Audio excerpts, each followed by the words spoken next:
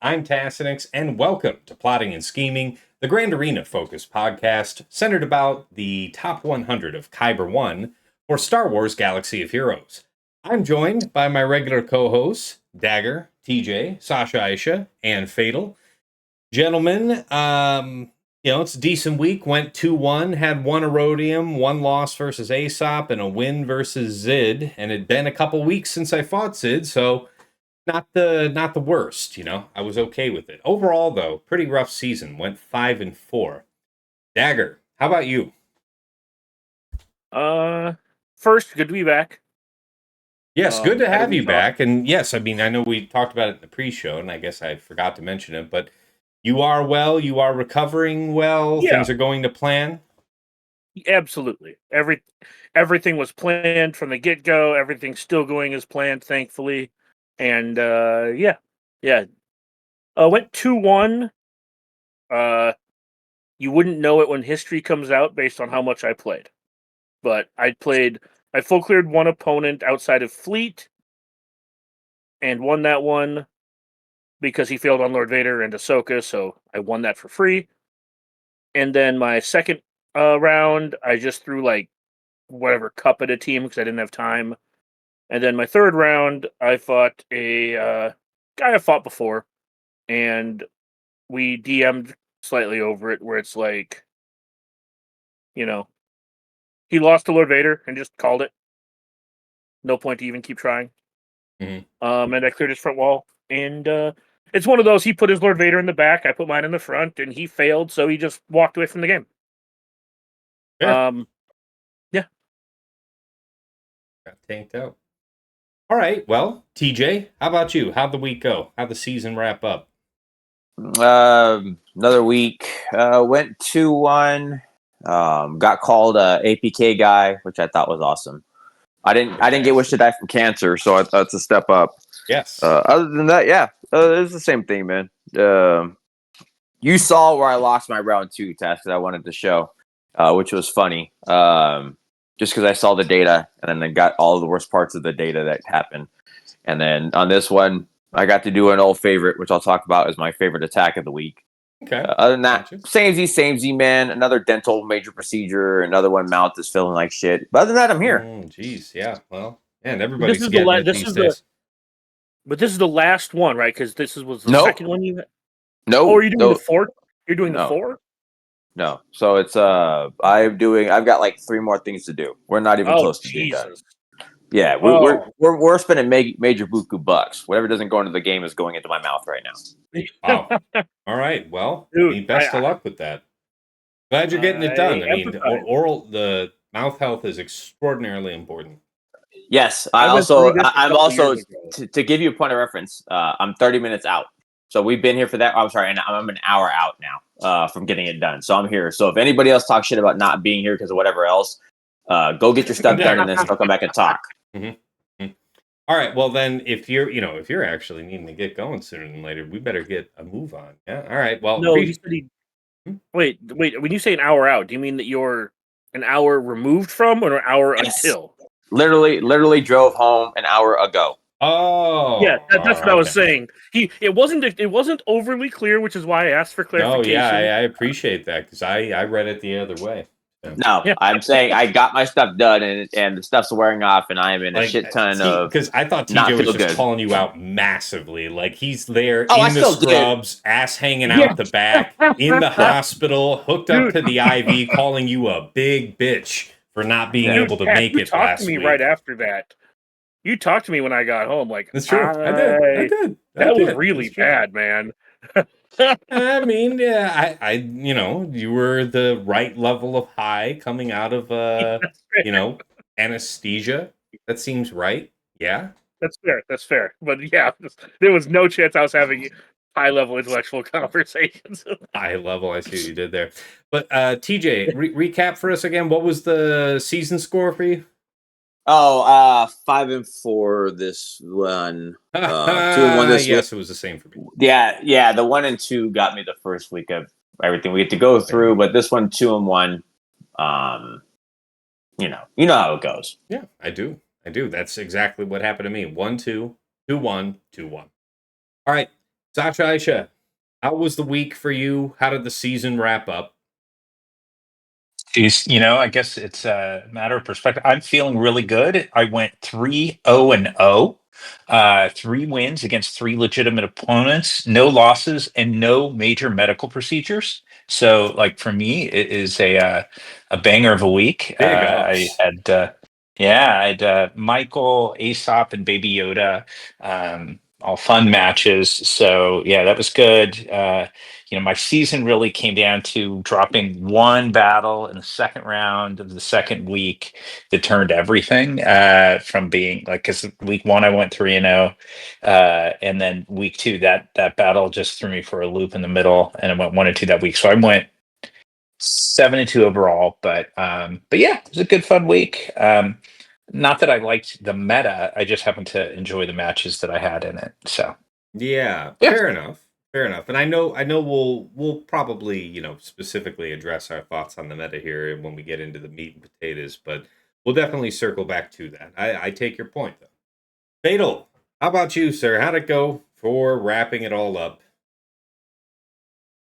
2-1. I guess was it 1-2? I don't know. It was No, all a yeah, fever I think it was dream. 1-2. Yeah, just try to vibe the season and make a boring season less boring. I guess I lost twice. That last one was kind of seemingly supposed to be a win, but then I just I don't know. I have a bad habit lately of trying to mix speed GAC with science GAC, and it's not a fucking good combo. You don't do Yeah. that. Yeah, fair There, enough. there are certain rules of the universe that you don't mess with, and time is one of them.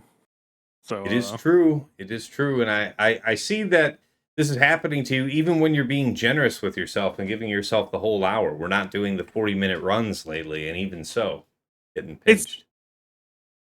I don't know. I just see fights and I'm just like, it's stupid because Jocasta that we have this season is not going to be the Jocasta that we have next season, and yet I don't know. The fights were curious to me. It's like, okay, Hmm. let's see how you do here. It's like, well, Hey, Fiddle, okay, how much of a difference does like 3 versus 5s make for you with 11 versus 15 ground squads? Because you generally have an hour, and is it just much more I pressing can with threes? I can tell you what he's doing. I've watched every single time Fatal has gone, and I've literally watched where the variation comes in. I can tell you exactly what it is. The negotiation on what's happening and what should be happening and talking through the fight is literally giving enough time in between to get you. I've literally watched it the whole time. When you know what you're doing, Fatal, you fly. It goes nothing. But when you have to talk it out and this should be doing this and this should be going here and these are the pieces of what is happening, that little spark of trying to push the theory crafting and saying we should be here, that's all that gets you every time I've ever watched it. When it's money and fatal time is fatal time, we fly. It's a 5-minute fight. You're in and out. You know exactly what you're doing. You are negotiating some of the terms of your contract, sir, and they didn't like your negotiations. To be clear, at least referring to fights this season, it's less knowing what I wanted to do, and it was again, like I said, the last match that I lost that I arguably had no business losing was yeah, if I just use the clear favorite to win a fight instead of scrolling down on the list of teams to well, are there any ways that I can make this squad interesting down here? Do not confuse what I'm saying when I mean this. I watched how stressed you put the fights. So don't get me wrong. The point of reference of what I'm saying is you stretched what you were doing. You used the entire cow. We can go to any saying you want to use. You definitely pushed the threads or the boundary of what it should be when you were doing the testing. But it's again, you were doing the negotiation of what you were trying to accomplish, not use point A, this team beats this team, I'm done. You were truly trying to test, but through that comes you talking out the scenarios. That's you can have a speed GAC or you can have a science GAC. You cannot have a speed science GAC. To be fair, I loved your GACs far more than I love mine, and I still got losses too. So I'll take yours all day because getting to see what the stretch of the Major Jocasta and how she's going to wreck stuff and what we expect. And some of the other things you were doing were phenomenal. Well, Oh, yeah. fair enough. Also, I mean, having a vestigial ship's loadout was a monkey wrench that I was not expecting to like come back to bite me. It's assassin opener. I wouldn't recommend it anymore. For I saw that. for those of you who were, I don't know, I should not have lost the last match. It was just brutal. times were rough. Yeah. Yeah. All right. Well, appreciate that. So, what'd you end up for the season, though? I have no idea. I'm not gonna look. Fair enough. I ended up getting the fuck out of the season because this is the first bad 33. Well, season. I'll tell you what. Why don't we knock that out first before we dig into the meta fights? Because I don't think any of us will have too much groundbreaking to say about our meta fights for this week. Feel free to disabuse me of that when we get there. But first, why don't we talk about our feelings about this last 3 versus 3 meta? I know some of us have some well-formed thoughts on the matter. There. I don't like box check metas. The only thing I can say that's like nice about this meta is that it's similar to the Empire versus Leviathan meta, except you don't have to clear 2 zones before you figure out if you won or lost your GAC. I don't like the fact that there's a natural failure rate for a team, well, 2 teams that were common this season, and if you failed one of them and your opponents didn't, you can go fuck yourself. Now, can you explain And- what you mean by a natural failure rate and for which teams? Like, how Oh, be specific here, please. okay. Yeah, so a natural failure rate means that there is a percentage of the time that you will lose that is not within your power. Yeah, no, I'm saying which teams and for which counters does that happen? And why does that happen? Oh. Like, what, because you're making it sound like if a certain condition is met, you will lose. So, what is that matchup? What is that condition? CX2 dodges like twice, and then you lose. Yeah, Slacker Relic versus 9, Lord he Vader. has a 26.5% chance to dodge, so that has a chance of happening for sure.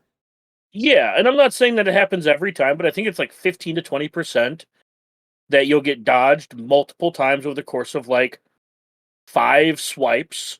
And if you're not able to clean him up with, your first couple of swipes, your sides both die, and then SOK does struggle somewhat to survive the damage output of that team with their offense ramping. And then the other one is if you're not willing to like see Bane, Ahsoka, Ezra, and you're trying to do like Leia or something like that, you can run into issues if Ezra just decides to exile the wrong person. Hi, Like, I'm Issues. Nice to meet Yeah, you. I had Ezra exile my Drogon, and then I just lost. Literally every time this season did I have my Drogon to the point where I couldn't do that anymore. I walked in, that's literally part of the season. So it's like I am literally Issues of Drogon on Drogon. And then I watch other people get their R2, and yeah, you'll get a 53, but you win. Drogon goes, you're failed. So yes, check boxes there. And that's the part that I have an issue with is you have a couple of fights where your winning and losing is mostly outside of your control. Unless you see Bane Ahsoka, then it's just Lord Vader. So Lord Vader is the biggest culprit. That's why I said this reminds me very much like the Leviathan, where everyone set Leviathan on defense, and then it was, does your Empire counter succeed? Does theirs succeed? If one of you fails, you lose. And I personally don't like those types of metas because it doesn't feel rewarding if you win, and it doesn't feel rewarding, especially when you lose, and there was nothing you could have done differently to win that fight. So, And just no, like, because I had a fight where my opponent one shot my Lord Vader, and I had the 15% happen to me, and I'm just like, well, just stop. I guess I just won't play this game mode I'll just wait for next round. And I feel like removing that rewarding feeling because we play this game for dopamine hits. right? So I'm looking for what I can do to get dopamine hits, whether it be using a cool counter, whether it be winning a fight, etc. And I feel like this game right now, GAC does not do a good job of rewarding you for playing well, and it does not reward you for strategizing well. Because you could place literally just Lord Vader on defense, and then all like gear 12s or R3 like random teams. And if your opponent loses to your Lord Vader, it doesn't matter. Anyways, So, that's just my so frustration with this current meta. I'm gonna go towards funny enough. All right, so I'm gonna live inside the box of not being fatal, but I'm going to agree with the sentiment of fatal. And what I mean by this, the Lord Vader thing, my opponent round 2 did it super smart. He took the risk and killed Apo. And then I don't have the data to support this, but I can see what he did, which was smart. He took the calculated 2-shot or 3-shot on my Lord Vader. That is achievable. And in doing so, he led me down where I didn't think something was in the back. And I told Tass about this. Played it beautifully because this is what I had talked about. He killed Apo and then commenced to use off-meta things to kill the LV and the CX2. He did it in a 3-shot. Sure, I thought he did like a failed SLK. Nope, because he put SLK, Leia, Ahsoka, and Rey in the back, and he has set it up as such that I went down the wrong thing, and using that setup, I failed not on the LV, I failed on the Ahsoka, and I couldn't clear it out. There was nothing I could do because I had the SLK to do it. So he played it right. What I am with this and that I place not Fatal-esque level of teams is Fatal made a statement that rings true to me regardless of meta. There's not enough defensive things to place. Whatever you're doing, being calculated and studying or setting heavy, there's too many offensive things there. So threes feel solved and boring too quick, where it didn't used to be that way. We had enough super teams or stuff like that to where threes actually felt more fun than fives, in my opinion. And now, Fatal called it well. Again, I'm going to keep pushing this. Fives feels more fun than threes. We got outside. We were excited walking into threes. Week 1, we're done. It's solved. We're out of here. We know what we're doing. Yes, Dagger is right. Check box meta. That's fine. That is what it is. What it was with mothers or whatever else. But it's also just a sentiment of threes. But to your It point, just feels. But to your point, the lack of fun comes from the not feeling rewarded, right? But One of the reasons the five last still fun. 5v5 was fun was because I know I felt rewarded for playing well. I didn't scout as much as some people do, but for looking into what for placing a good defense and playing well, I felt like I was being rewarded, not just for being like, I don't want to say a better player, but like I feel like I was actually playing well, and I felt like I was being rewarded for playing well. In this GAC, like in the current version of 3v3, I could play perfectly and still lose my match just because RNG. And I think to what you're saying, like just a longer version, is we're start. I don't know how you solve the overarching problem that is too much for offense, but it's frustrating when your solution is something that just sometimes can't be beaten in one shot. Out of curiosity, were you using consistently one composition of Slacker against all the Lord Vaders? Did you go with only crew or only Hux, or did you mix that up? Only Hux. Okay, see, I haven't lost one yet, and I did it all with Hux.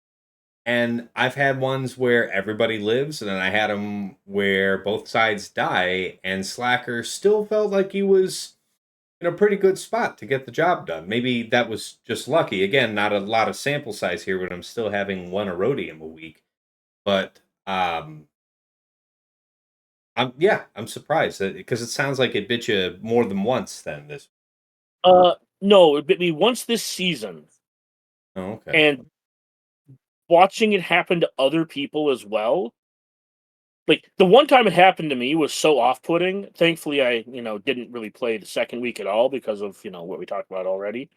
But yeah, week 3, I was just so demotivated to play because of the feeling of knowing that there's a 15 to 20% chance I could just lose this fight and there's nothing I can do about it. And that is incredibly demotivating to someone like me who plays this game mostly for the feel goods or dopamine hits. And I feel like at this point Conquest gives me more of that than GAC than 3v3 has. So yay, Conquest is back. I don't have to play shitty 3v3. Unusual take there. That last part is possibly the outrageous thing. I said I play this to feel good and get dopamine hits. I didn't get that during 3v3. Well, for my part, I'll say that I had a decent time. What the couple legitimate matches that I was having every week, and particularly here this last week, it was a lot of what I already really liked doing. Was like a deep study of how they preferred to attack and what their alternatives were, and how I might pull things and rotate things. So I didn't have Tuscans down on defense at all this week for the first time, possibly ever, like that for a whole week. I mean, I might have pulled them off defense for the odd round here or there in the past, but for a whole week, yeah. I mean, the idea was to try not to offer up Sidious bait. You're seeing people having, Dabod on lock for killing Saw. They've got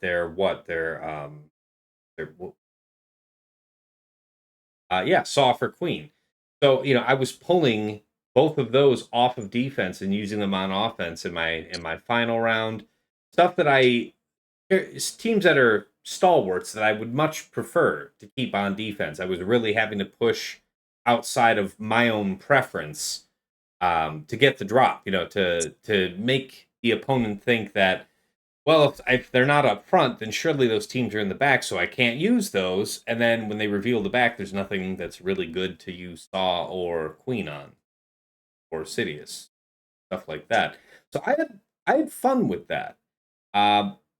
Lord Vader didn't really jam me up. I had a couple struggle points with the Rey Swallow Exile Ezra with the Zalbar Kron, but that was earlier in the season before I remodded Drogon for more offense, and then I started to get better results.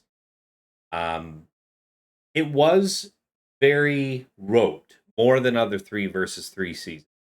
Like it did feel. It did, like, outside of what I just described, like mixing things up purely based on scouting the opponent's preferences. Everything else, I guess you said about how quickly, what both of you said about how quickly that formed up, solved. That's fair. I think that part was pretty boring for the season, but I still had some fun besides. Like it, and as far as any of the teams I did drop on, we all plan our attacks not to drop.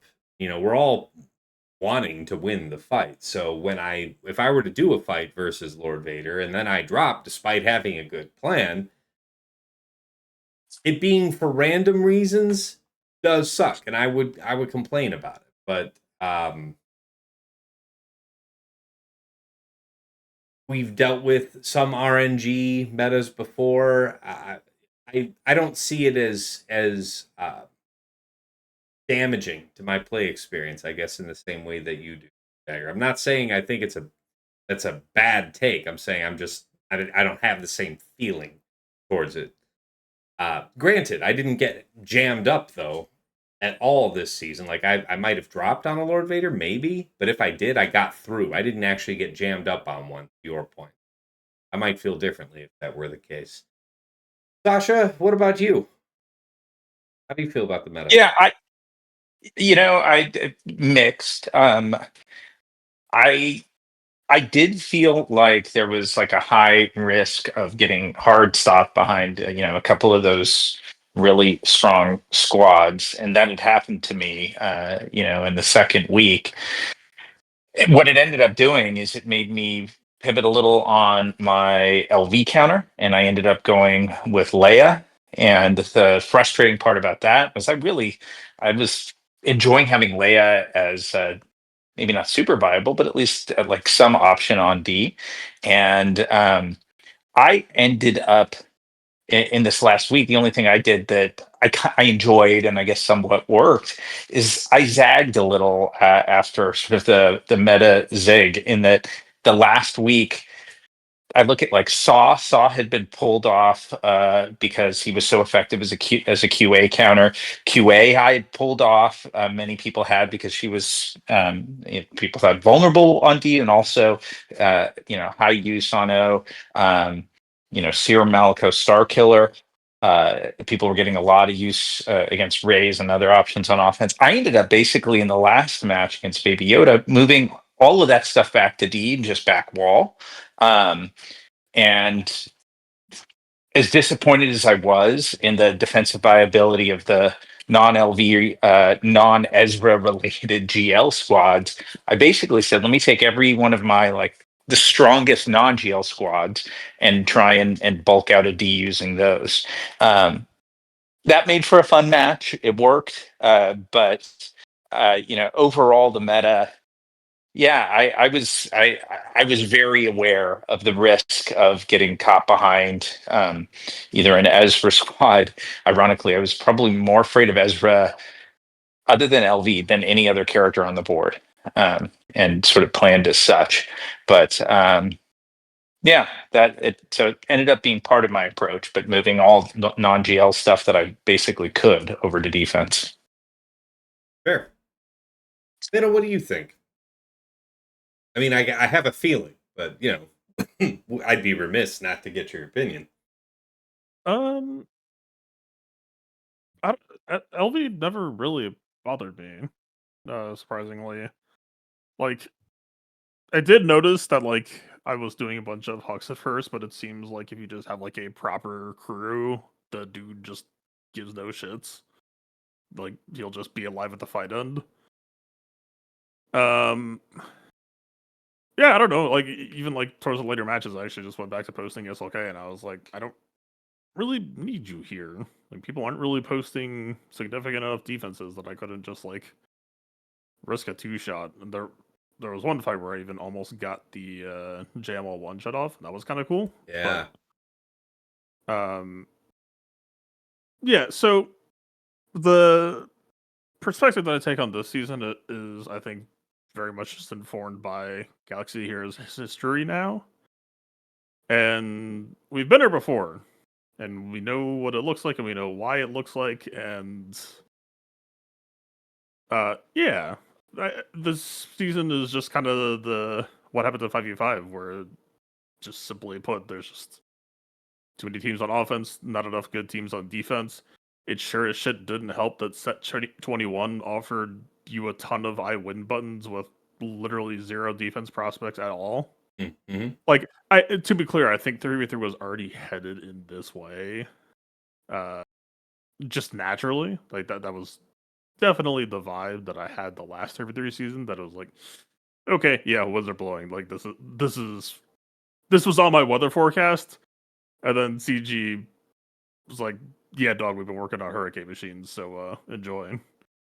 But I don't know, like 3v3 again, right? Like the thing that made 3v3 so resilient to this for so long is still in play. That like being a heavy defense poster, those offense phases can still be pretty rough for me. Like the power teams or the terror teams, it is hard to kill some teams in 3v3 sometimes, and that is still just true.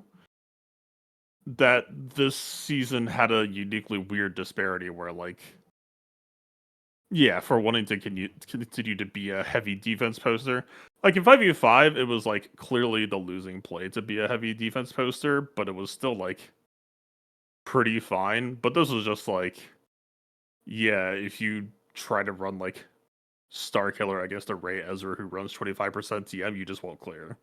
And so that was like, okay. I will have to do some like extra due diligence or whatever. I will say, so I'm because I already kind of understood what the season was going in, I'm not like upset about it, but I did try to come to a pivot midway through the season, and I don't know if it's real yet or if it'll need like a slight datacron shift. But I'm basically trying to look at the 5v5 season and how we are possibly digging out of that, and then say, okay, well, we're going to pivot to this new play style instead, which is I might be trying to just like swing back to. I think even on the show that I said a while ago that medium posting makes no sense to me anymore. That like you're just worse efficiency. I'm looking for an opportunity in 3v3 to bring medium back, but specifically try to achieve medium super team. And I think that might be a light at the end of the tunnel for 3v3. Assuming that, like, if we get a good set 22, set 23, maybe it's fine, regardless. But assuming that it's not fine, that's kind of what I'm looking for is, okay, looking forward to Mace or other new releases to say, like, okay, are we bringing new squads that are, like, pretty difficult, right? And, like, the thing that kind of brought me to this idea was seeing squads that were, like, Seer, Starkiller, Malicos that were like, screw you, GL or Bane. And like, if we could just like put together a list of units that roughly try to achieve that, then I don't think I need to be able to count to 15 good teams anymore. I think I can play in the space of trying to count to like 8 to 11. And maybe that's just enough. And then maybe I'm perfectly comfortable like posting, insert tax team of the month here. In those last 4 or 5 slots, and being perfectly happy with that. Not even just out of like wanting to, but just like out of necessity. Because again, like 3v3 heavy defense is still just crazy dangerous in terms of threats. Like literally this entire season, I was living in fear of like knowing 10 different ways that an opponent could just like destroy me on sight and stop me from reaching back wall. And it didn't happen because nobody's just doing that these days. But I can tell you for a fact, it was still a possibility. Yep. So, I don't know. I think if 5v5 hadn't corrected itself by this point, this might have been a very dire month for me. But having seen or known that we have gotten through this already, I do kind of wonder that like maybe it will be harder to correct for 3v3 for the reasons that it's resilient. That like, we were talking before that like, 3v3 you can't have everything, so it makes it harder to counter it. But now in the same vein, now that they are being countered anyway, it might be harder to reach super team status in a way that 5v5 is doing a little bit better right now. But right. Yeah, I guess at this point we're really just looking for new teams or Omicrons or whatever have you with solid 3-man core synergy or Datacrons to boost up 3-man cores. Or defensive viability, yeah. Like, sure, that would be by far the easiest thing they could do. We've talked so many times about our hopes and dreams for a redesign or for tweaks or what have you, but at the very least, if they can put their thoughts towards future team releases being, intended for defensive viability. And we're getting that with Lord Vader clones. Sorry, please. Well, one interesting thing is that Darth Revan with the Zelbarkron would have been incredibly interesting this season if cities didn't fucking exist. Yeah, and the fact is, I think I did it week 1, round 1. Gungan still punked it just the same as it ever did. Yeah, so. but it still requires Gungans, is my point. And Gungans are a super flexible offensive team with the current Smuggler Crons. No, I take your point, but what felt extra lame was the same cron that I used to 57 it last season with the set 20 mercenary cron was the same team and same cron that I used to fight it with the set 21 focus data cron that cost 5 times the amount of the mercenary cron that you could have been setting last season. So yes, Gungans I take your point. Like Gungan's significant offensive team, but that felt crappy. Sure. Gungans are vaguely techable though. Like was an initiative to attack Gungans, and it was producing results. So, like, I don't know, like, I'm not too familiar, honestly, with what was countering Darth Revan outside of Gungan attempts, because as far as I was aware, none of my opponents were actively trying to stop me from doing it when I saw it. But if you were on that line of thought and trying to explore that space, I mean, I'm trying to pull up Insight right now just so I can like get a vague idea like what else was out there. Bo-Katan 98%, Sidious 50%, Malgus 84%.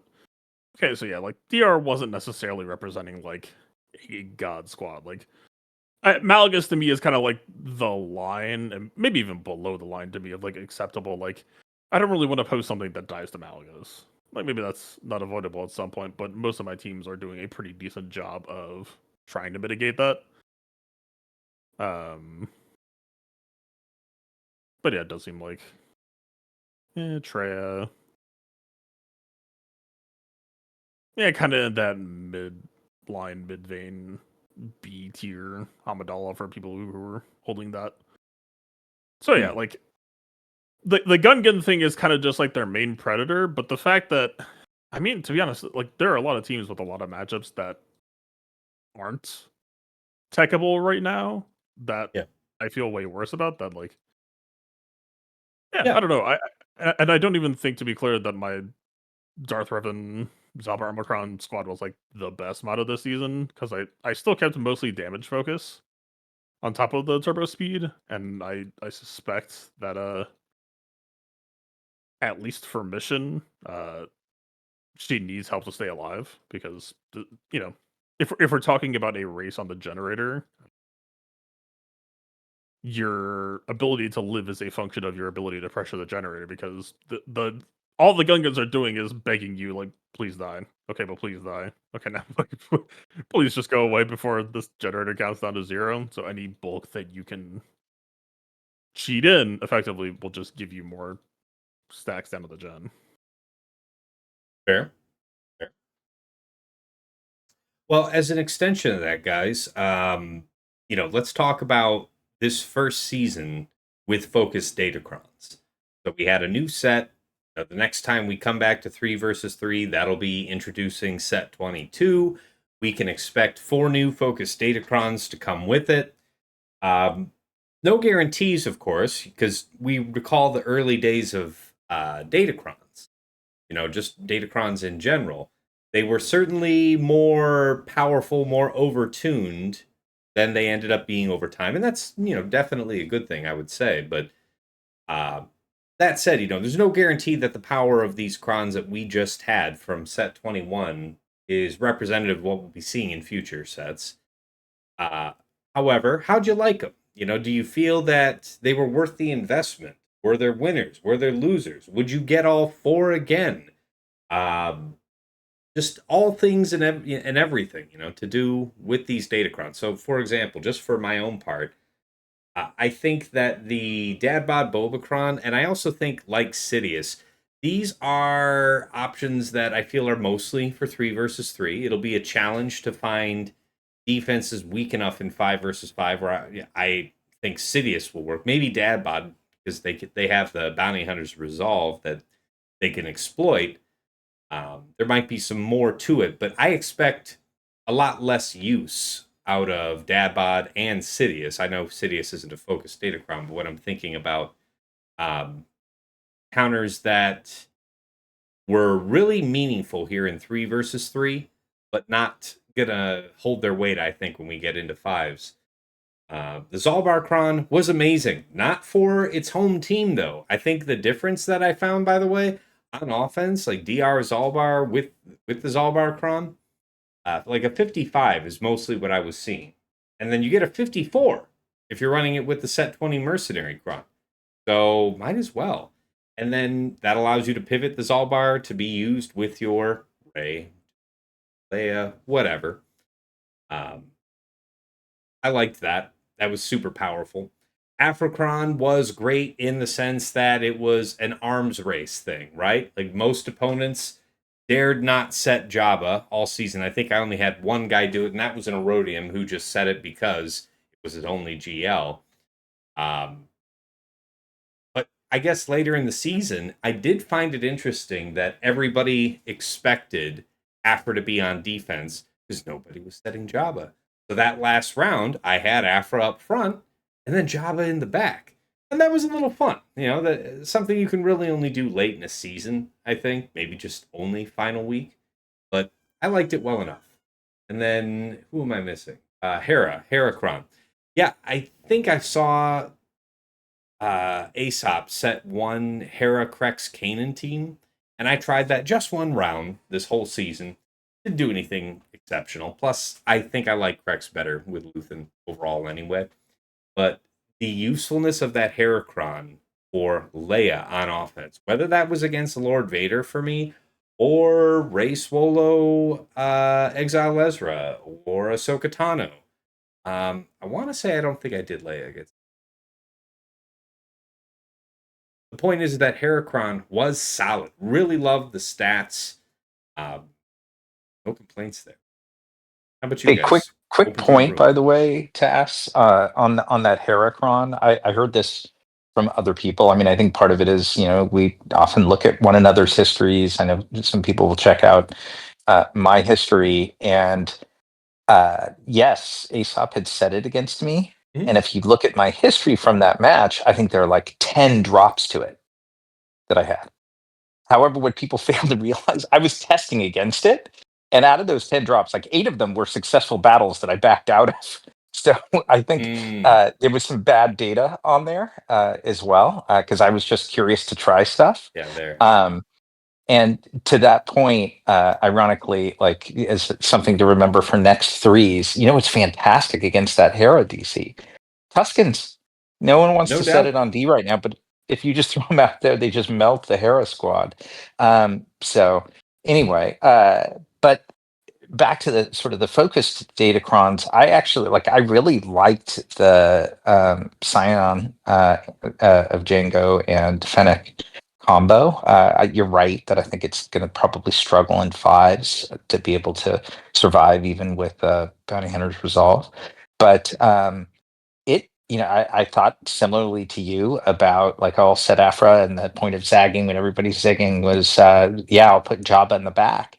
However, that sign of Django Kron actually takes out Jabba really comfortably. So, Nice.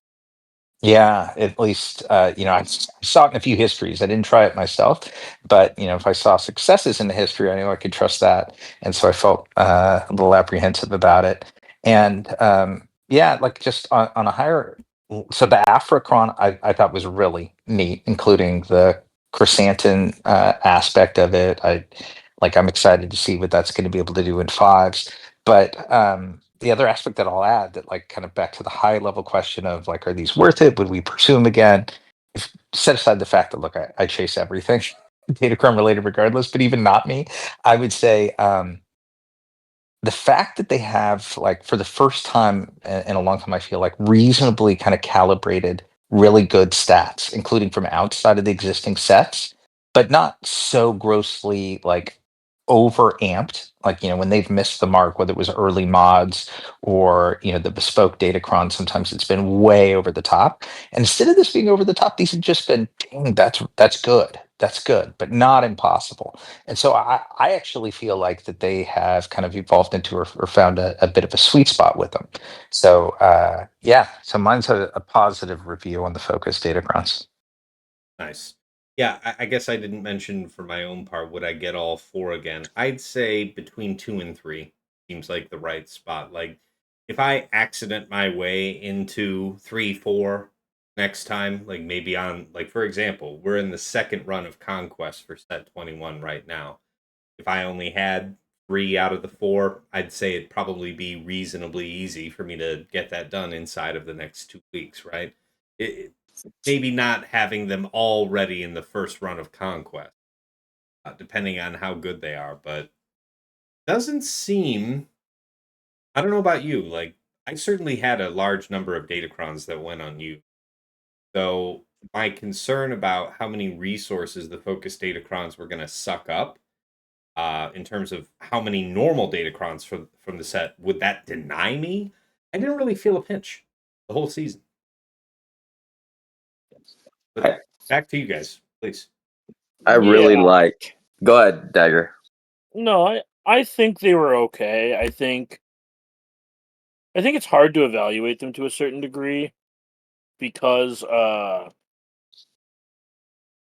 Africron itself doesn't feel all that powerful. But having that team, like having the Kron, means you can't place Jabba. Not that you could really place Jabba before. Like that's the other thing. Like it's not like Afra changed the meta that much. Because it's not like you could actually set hold on. It's not like you could actually set Jabba before this because it had so many cheap counters. I don't know. I think that going forward, I'll probably get one for week 1 and maybe a second one for week 2. But unless the stats jump out at me, if they're this good next time, I don't think any of these besides I would do looking back, I would do the Zalbar Kron for the stats. And I don't know that I'd build any of the other crowns, like all the way to 15, I mean. Like the Hera one wasn't all that good. The Dad Bod one doesn't feel impactful at all in 5s. And the stats are like kind of average. Like it's not focused enough in any particular category. I don't know. I don't think I would put that much effort into it. Okay. So I'm kind of gonna go with the opposite side towards the Sasha. For what I would build, 3 of the 4 felt super viable in 3s. The Daba one obviously felt super viable. It's Sid-esque, meaning you only needed 2 characters, and it was topping one of the top defensive teams out there for this season. So that felt great.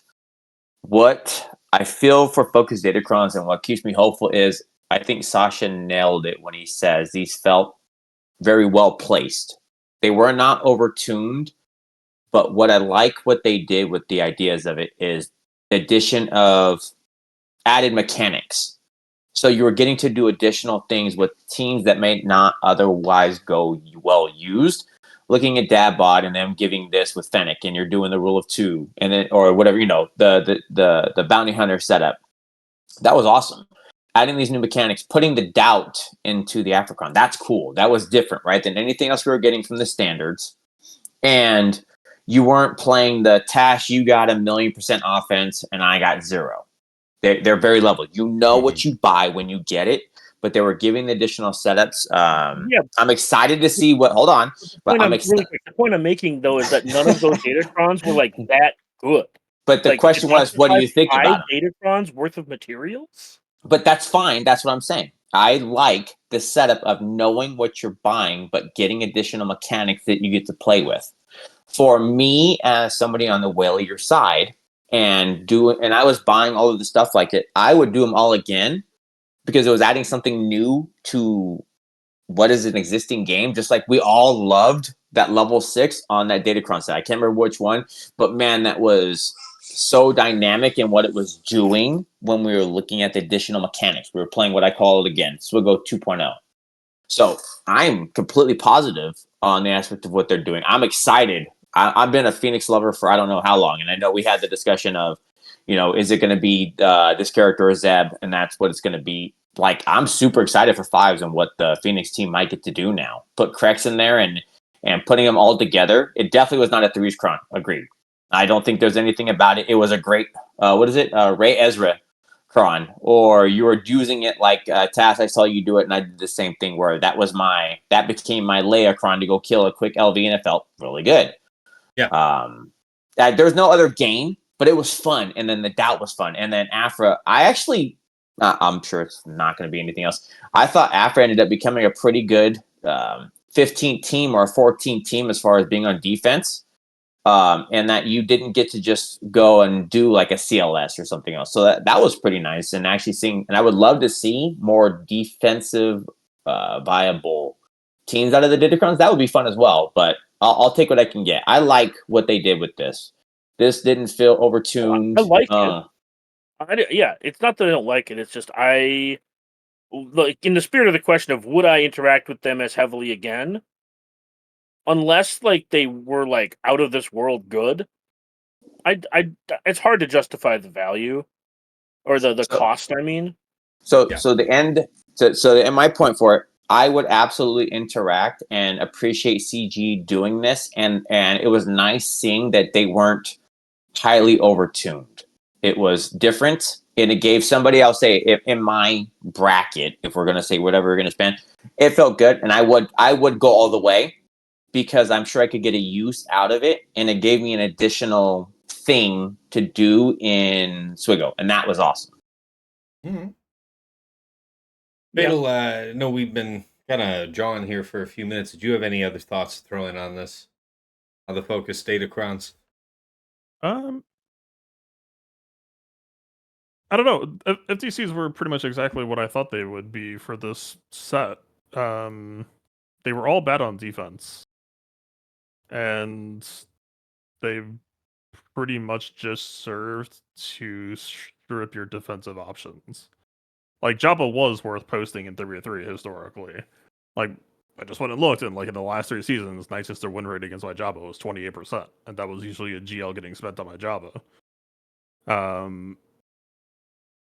And then yeah, like there's nothing I think more truly tragic about this season than Saw Gerrera's Datacron, because yeah, that was a team that like, I mean, I don't know if you all saw what happened when you didn't use that bot Boba, but a lot of teams were going poof. Like Saw Gerrera was actually like kind of a real fucking team, and like Trey I know probably would have been in conversation with that, but at the very least, Saw Gerrera would the level 6 would negate the Treya shield that like maybe that fight gets a little bit sweatier, or maybe you like throw in Drogon and get a chance to fight back or whatever. Like again, it was just like it was in conversation, right?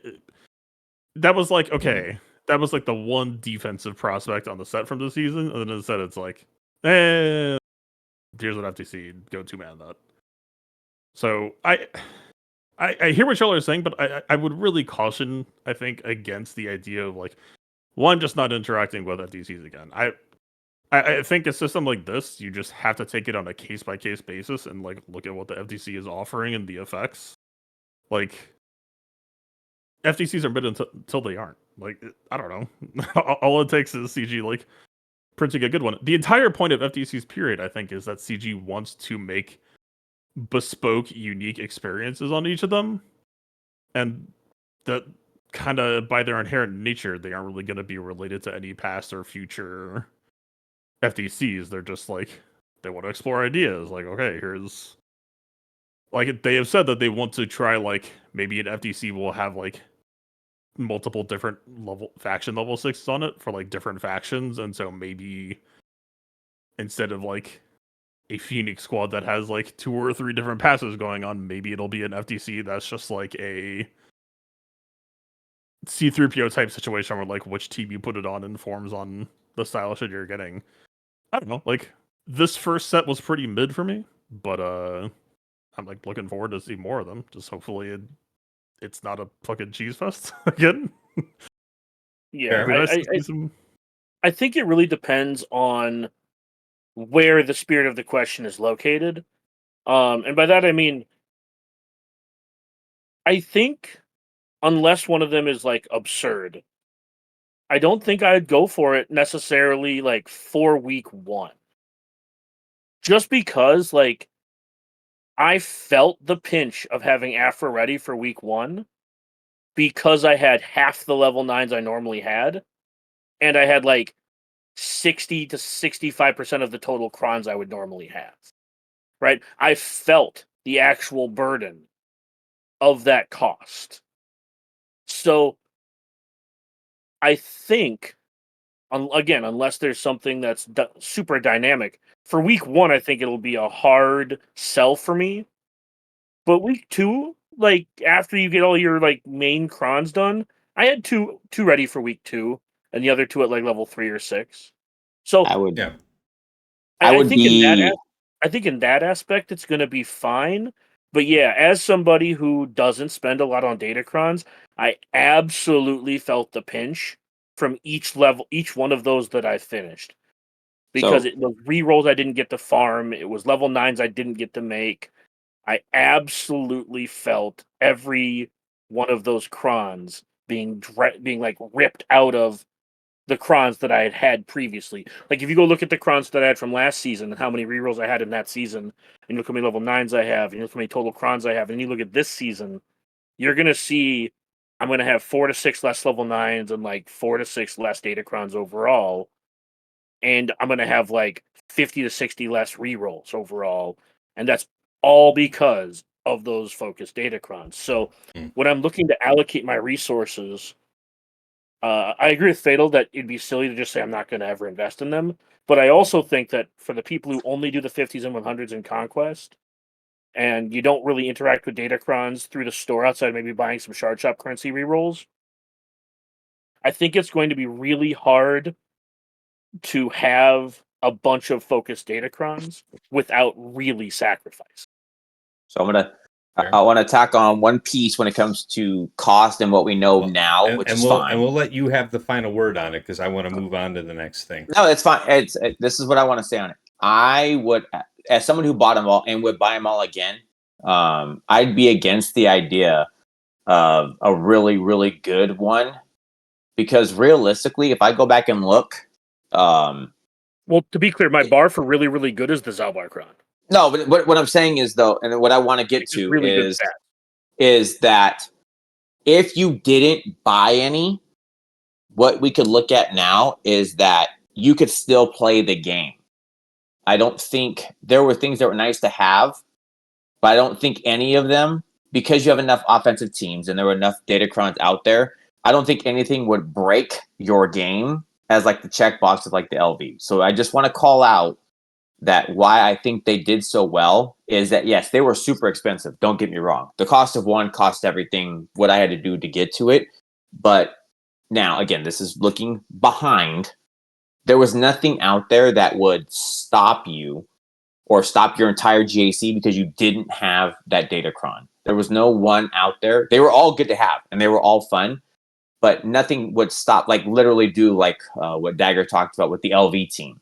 Like, oh, I don't have this datacron, so I can't play the game now. You might have to spend more with the team and do lesser things, and maybe you get 2 less points because you didn't have the Zalbarcron with Darth Revan, so now your mission was going to die if you had the Omicron.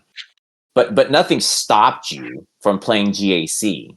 Nothing stopped you from doing the things you do. So I just like to me, this is where they hit the mark. That yes, if you wanted to invest in the game, there you're gonna pay more.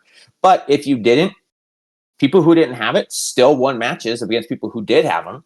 They didn't lose things. So I like that setup. I like that option of having it. Oh, and really quick, I'm just this isn't like really piling on too much. I do like the idea and the execution of these focused datacrons. I'm simply answering the spirit of the how much would you and how much would you interact going forward? I really did like. I mean, the Phoenix Cron is like found its use towards the end of 3v3, but it was overwhelmingly like the worst one just because the faction is kind of poopy. No offense, TJ. But I really like the idea of focused datacrons. I like them having their unique experiences. I just gonna be that guy where it's like I look forward to the day that they give a good faction one of these, and I also don't look forward to the day when they give one of the good factions one of these. All right. Next item, guys. So, favorite attack and defense of the week.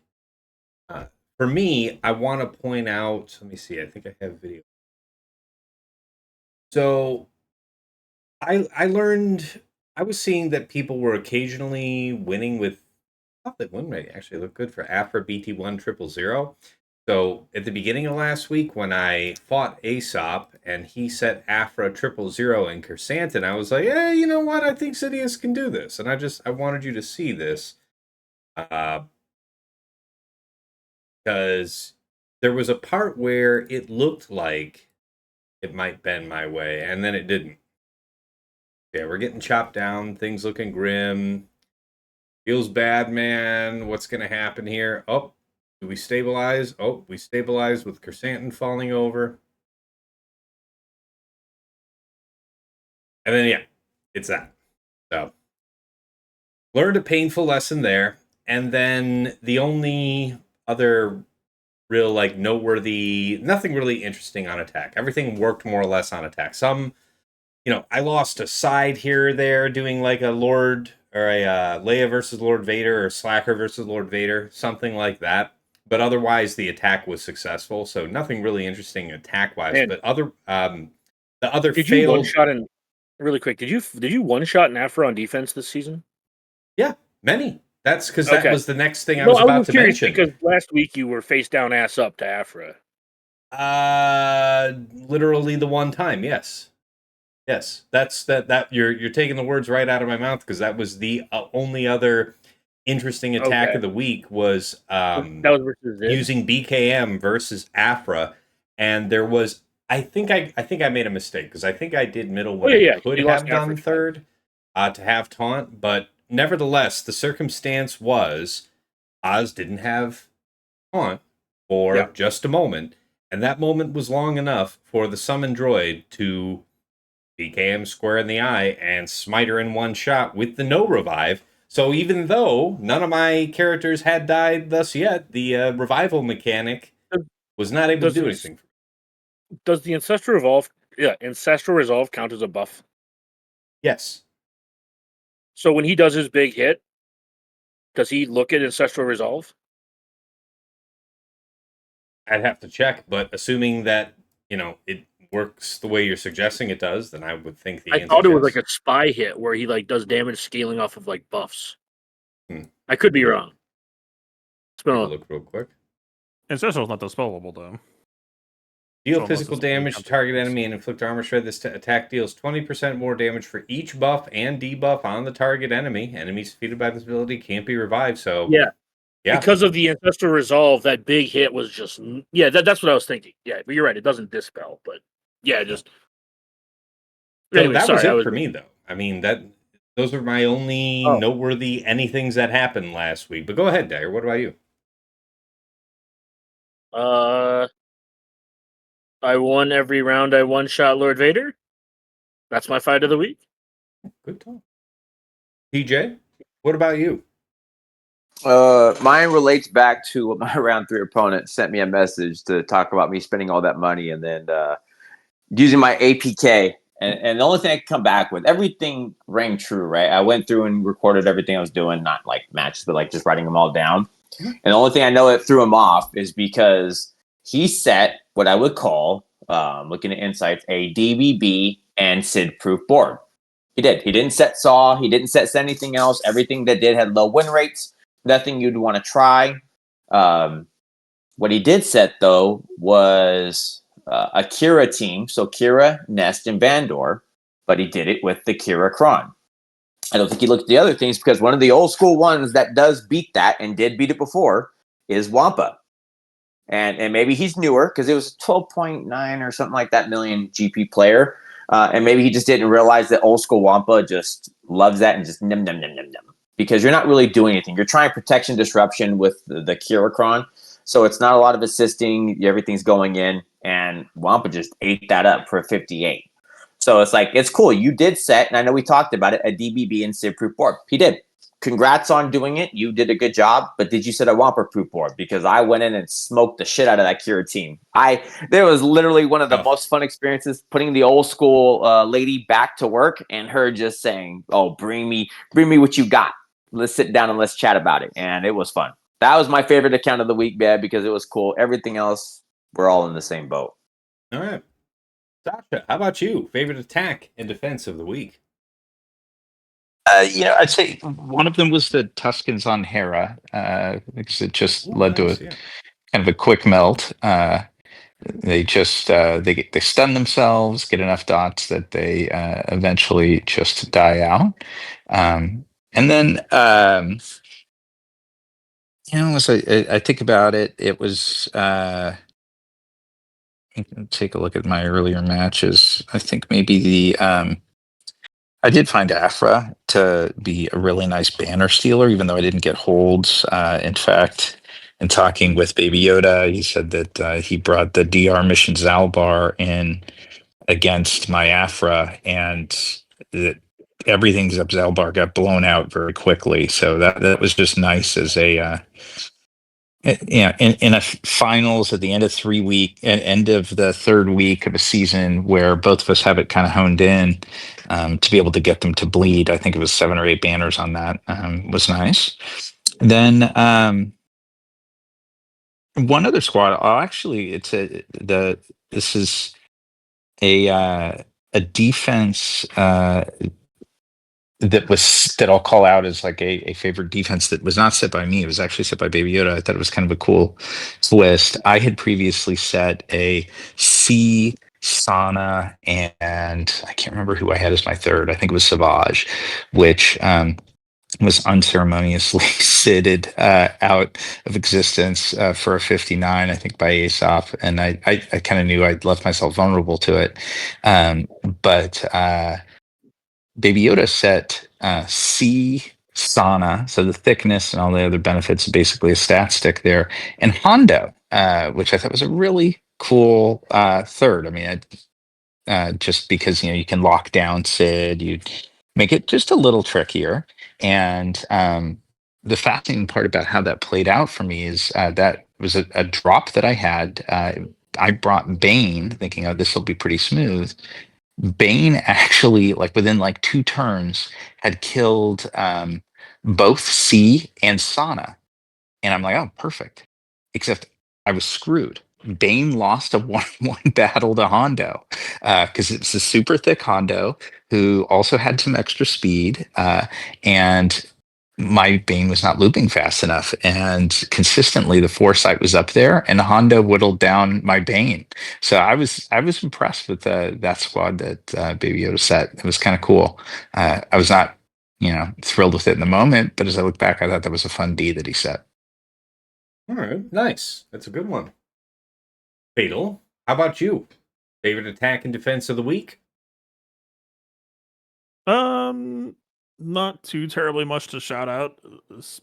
I mean, seasons like this are very much like transitionary seasons, or it's just like uh the moment that everyone's like, okay, screw this efficiency. I basically have to just like take a season or two of like trying to min max modding and optimize counters to not like I yeah, it was a rough season, but like I don't know, JML versus LV almost getting the one shot was like pretty cool, and if that can like play out into like pushing the mods a little bit more to be more resilient, I would certainly enjoy that. It looks like some of my defense got like I got Sidious to lose to Great Mothers, which was intentional. I put in a bunch of tenacity on Morgan to try to achieve that, and that paid off, so that's cool. Yeah, no, just small stuff. All right. Malleus Alright. dying to Treya Savage seems neat. All right, well, appreciate you sharing that. Guys, we are here at takeaways and final thoughts. So, we all made it through. This was a kind of, I don't want to say underwhelming season, but because I had some fun. I had some really fun fights this season, but it felt less interesting than some. We'll have some shakeup when next we return. We'll have an expired Datacron set and the new one. So got that to look forward to. But as far as my takeaways, I expect that this next season is still going to be largely efficiency based, like this one was. We can expect that there will be new things to put on defense with the new unannounced Datacron set. But you're still going to have things like Sidious and Dadbod that are real powerhouses in threes that you probably will have entirely forgotten about during 5 versus 5. Um, I don't know that I'm expecting a lot different, but especially here at the top of the game where the scouting is very commonplace, I think it does make for some interesting investigation about what your opponents are willing to commit to. So I'm hoping that I'll have more fun with that next time, and that this the staleness is a bit alleviated. That's all I really hope for. Dagger, how about you? Yeah, I mean, this to borrow your one of your terms, or maybe it's not yours, but it's one that you say frequently enough. This season was butts. Mhm. But I look forward to next season and hope that there's some defensive viability with Tarkin, Scorch, and who's the guy? And the disguised clone DCT, yeah. trooper. Hmm. Yeah, and I also look forward to the next Focus Datacron set because I hope that they give more interesting options. Not that the ones not the ones that not the ones we currently have aren't interesting, but as far as like factions go, they're very inflexible, right? So a lot of them are just like stats, or you're using them as prescribed.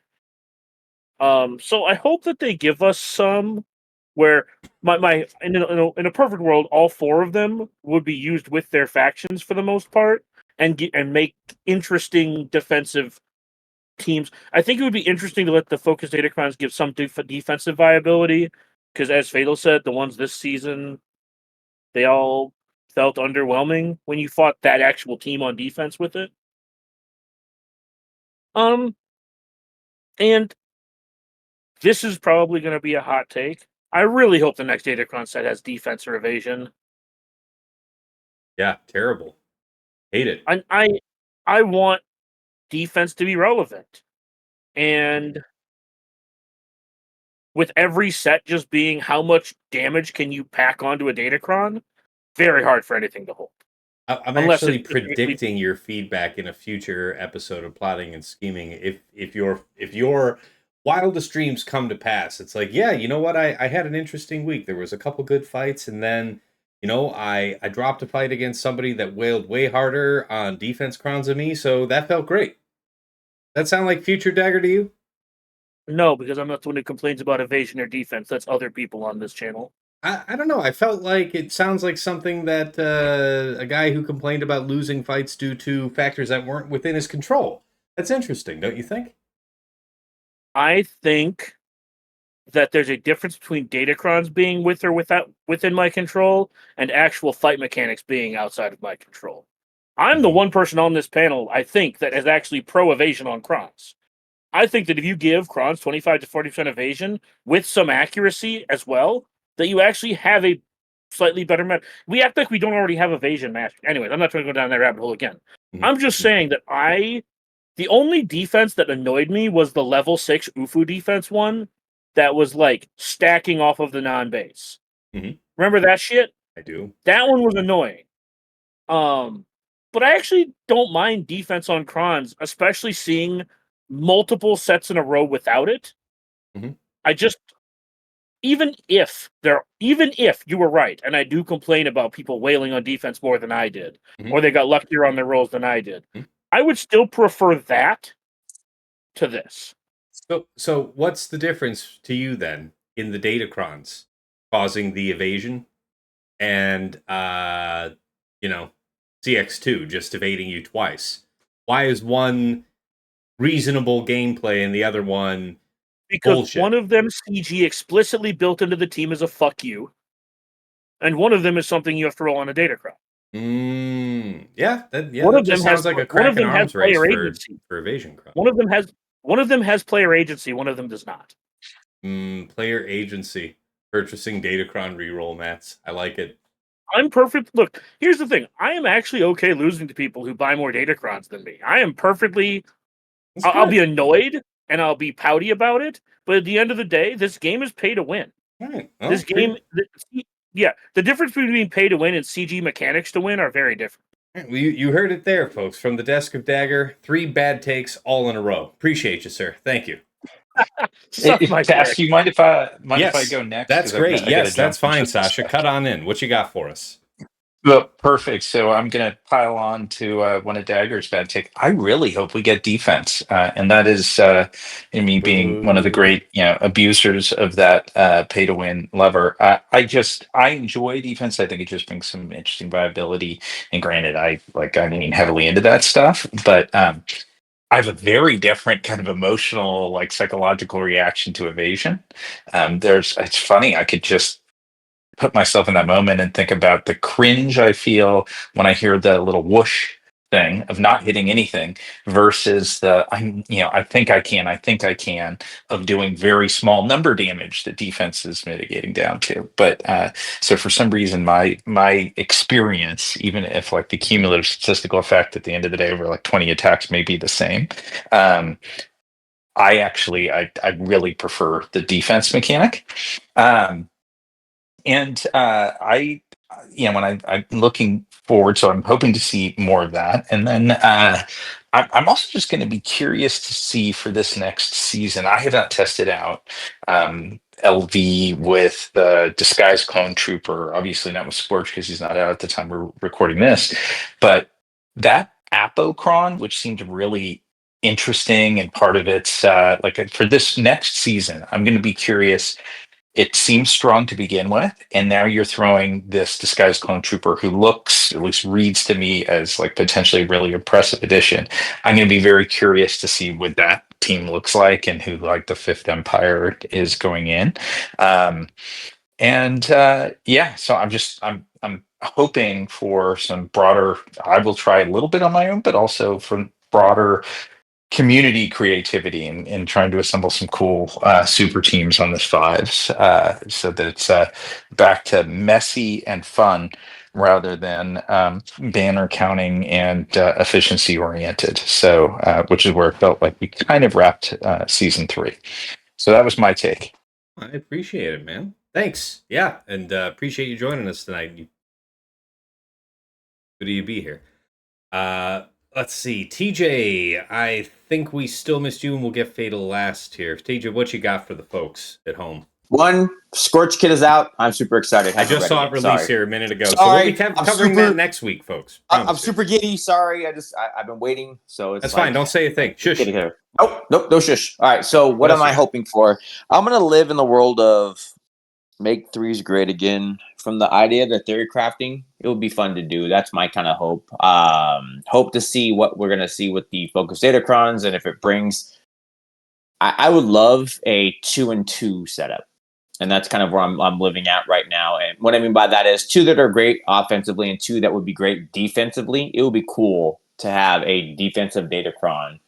That would be, change the mechanics, do something else. Other than that, I'll just live there. I would love to. I am the Fatal-esque medium player. So I would like to have that great bridge of some good defense and some good offensive teams.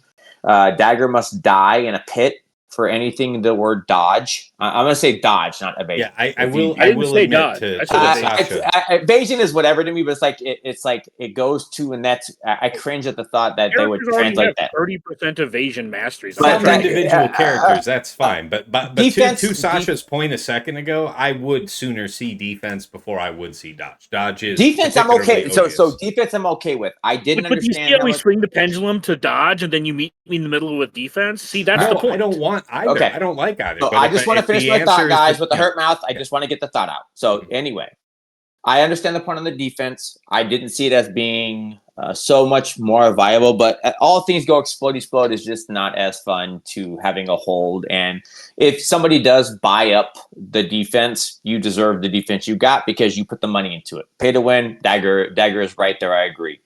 I would just like some variety to make it more fun-esque. I know we've been here, and I know Fatal said it is true. But everything obviously is, as what Dagger said, we live in a world of dopamine and we want to see it. I would like some more dopamine in the threes area. That's what I'm going to live on. We'll have a new Datacron set, so it's always a fun time that week one. I look forward to that and see where we get. That's where I'll leave the mark. Okay, appreciate that.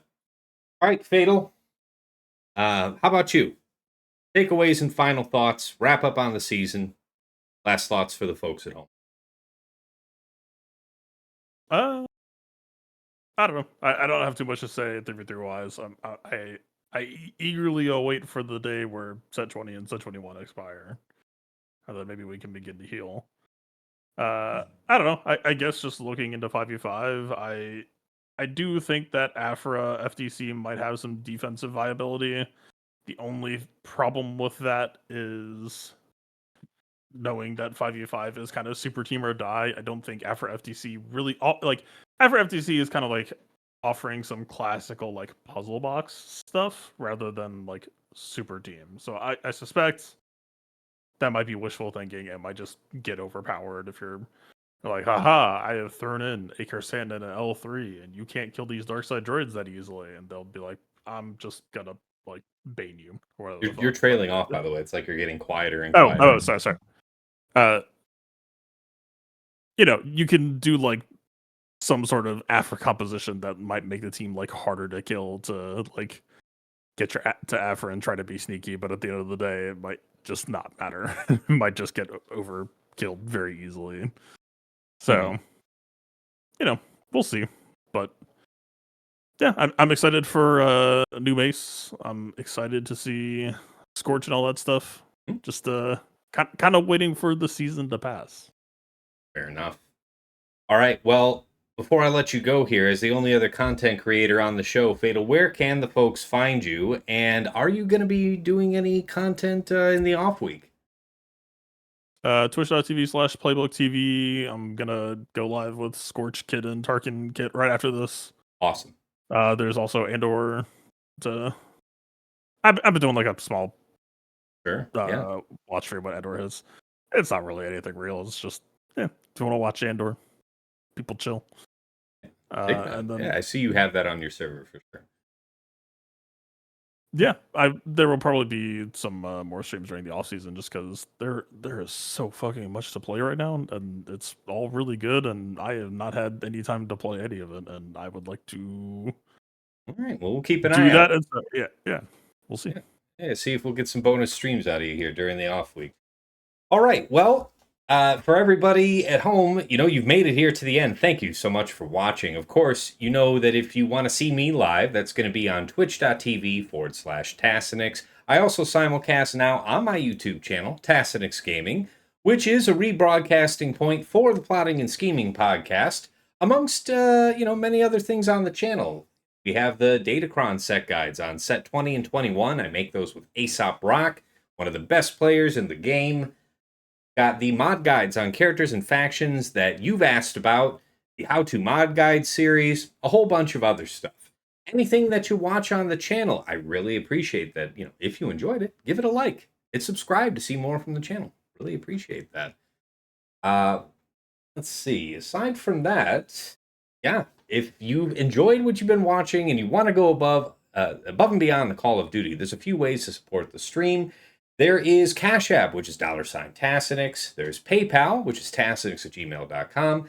And of course, if you want to get some early access to some of my content, improved bots for your scouting game, and some other odds and end benefits, you may want to check out my Patreon. Patreon.com/Tassinix. For any upwardly mobile Grand Arena player, there is something there of interest for you. At $5 a month, you enter the Tass House at VIP access level, where you get early access to the Plotting and Scheming podcast. This is coming out to our general audience 8 a.m. on Fridays, but patrons get it as early as Tuesday evening, within hours of us recording, so it can give you an early edge on that first round of the week. In addition, early access to the Datacron set guide videos, and of course, dedicated text and voice chat on Discord, where you usually find me lurking in there, so pop on in, say hi. Thank you so much to Andrew, Banja, Deadpool Cow 28, JJ's Productions Twitch, Jobin4527, Miasmal, Mus Ross, Raise Malbus, Sam Vimes, Sheepdog 47, Squed, Stark Strategy Gamer, Sweens14, and White Wolf. Moving on up to the $10 a month tier is VIP Access Plus, where you get a bundled Patreon access to me and to your choice of either OmegaBot or Hot Utils.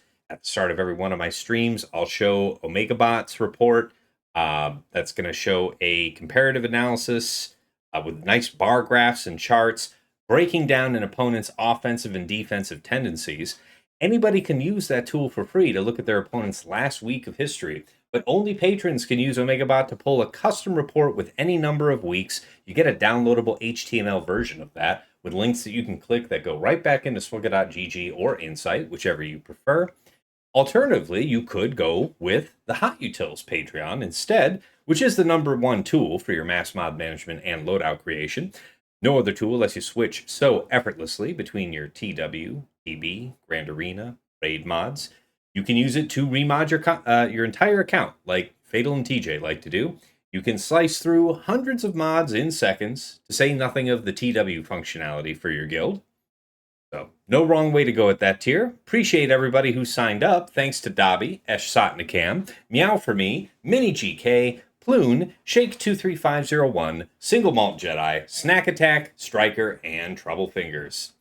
And at VIP Access Premium, this is $15 a month for the Double Bot Bundle. So if you couldn't choose just one, this is where you can get both. And some have said it is the greatest value bundle in Swugga, because I don't think you can get both of those cheaper a la carte than $15 plus Patreon access to me. So appreciate everybody who signs up for this tier as well. Thanks to Argots, Arj, Big Ninja, Duckstab, Darth Link, Dark Hug, Frick Frack Paddywhack, General Milan, Ibanek, Johnny B. Ottawa, Kev, Pills, Quig, Saldag, Sir Boss, Sophus, The Lost Womprat, Wilco, and Zoltre. And last but not least, at the top of the heap, in Jester's Club Elite, the one, the only Nomad's Reaper. This madman pops into streams from time to time and drops hundreds of subs, thousands of biddies, incredibly generous support over the years. Thank you so much, man. And of course, last but never least, our special thanks. First to Yoda Force, one of my original supporters from way back in the day, bought me the mic that I'm speaking to you on right now. And even though he's long since quit the game, we wish him well from the other side. To Mrs. T, my wife, thank you for all you do in the background, whether it's bringing me dinner during this recording, or bringing me alcohol or coffee on stream, depending, on the need, or just keeping our daughter from tearing apart our home while I'm tied up trying to be halfway decent at a phone game. I appreciate it. And of course, to Dagger, TJ, Sasha Aisha, and Fatal, my co-hosts here on Plotting and Scheming. Gentlemen, we are 2+ years strong into the show, and I can't say how much I appreciate that the four of you make yourselves available every week, despite your work and family obligations, to get it done.